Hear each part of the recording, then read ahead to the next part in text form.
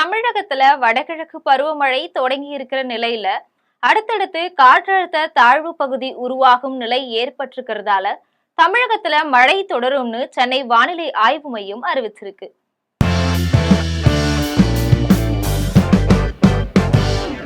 வங்கக்கடல்ல இன்னைக்கு புதிய காற்றழுத்த தாழ்வு பகுதி உருவாகும்னு சென்னை வானிலை ஆய்வு மையத்துல ஏற்கனவே கணிக்கப்பட்டிருந்தது.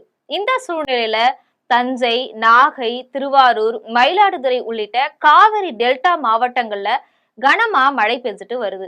தீபாவளி பண்டிகை முடிந்திருக்கிற இந்த நிலையில ஊருக்கு மீண்டும் திரும்புறதுக்கான ஏற்பாடுகளை செஞ்சுட்டு வராங்க எல்லாருமே. இவர்களுடைய பயணம் மழையால பாதிக்க கூடுமோ அப்படின்னு சொல்லப்படுது.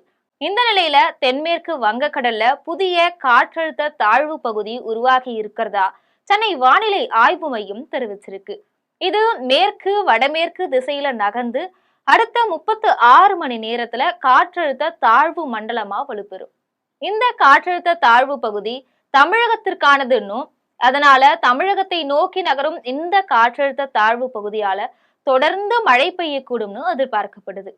காற்றழுத்த தாழ்வு பகுதியால இன்னைக்கு காலையில இருந்தே புதுச்சேரியில இருந்து ராமநாதபுரம் வரைக்கும் கடலோர பகுதிகளில் கனமா மழை பெஞ்சிட்டு வருது.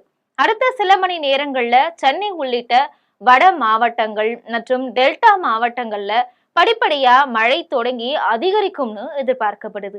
இதுக்கு இடையில எந்த பகுதியில காற்றழுத்த தாழ்வு மண்டலமாக வலுப்பெறும், எந்த வழியாக கடந்து செல்லும் போன்ற விவரங்கள் சென்னை வானிலை ஆய்வு மையம் சார்பில் அதிகாரப்பூர்வமா தெரிவிக்கப்படல. எந்த பகுதி வழியா கடந்து போகுதோ அந்த பகுதியில மிக கனமழையை நம்ம எதிர்பார்க்கலாம். இது பற்றி இன்னைக்கு பிற்பகல் வெளியிடப்படும் வானிலை அறிக்கையில தெளிவா குறிப்பிடப்படும்னு சொல்றாங்க. அதே சமயம் தமிழகத்துக்கு தொடர்ச்சியா மழை கிடைக்கும் என்பதை மட்டும் நம்மளால உறுதியா சொல்ல முடியும். ஏற்கனவே அரபிக்கடல்ல காற்றழுத்த தாழ்வு பகுதி நிலவுது.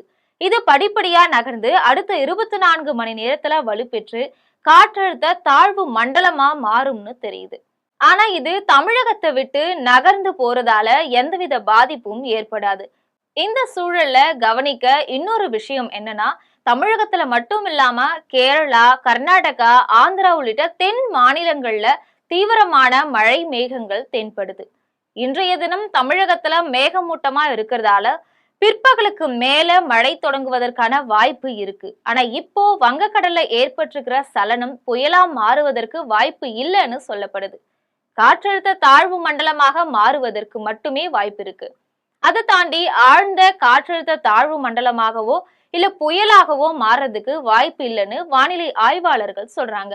இதோட பின்னணியில தென்மேற்கு வங்கக்கடல்ல காற்றழுத்த தாழ்வு பகுதி உருவானதும் ஒரு காரணமா சுட்டி காட்டப்படுது. வானிலை நிலவரத்தை பொறுத்த வரைக்கும் நாளை மற்றும் நாளை மறுநாள் தமிழகத்துல பரவலா மழை பெய்யறதுக்கு வாய்ப்பு இருக்கிறதா தெரிவிக்கிறாங்க.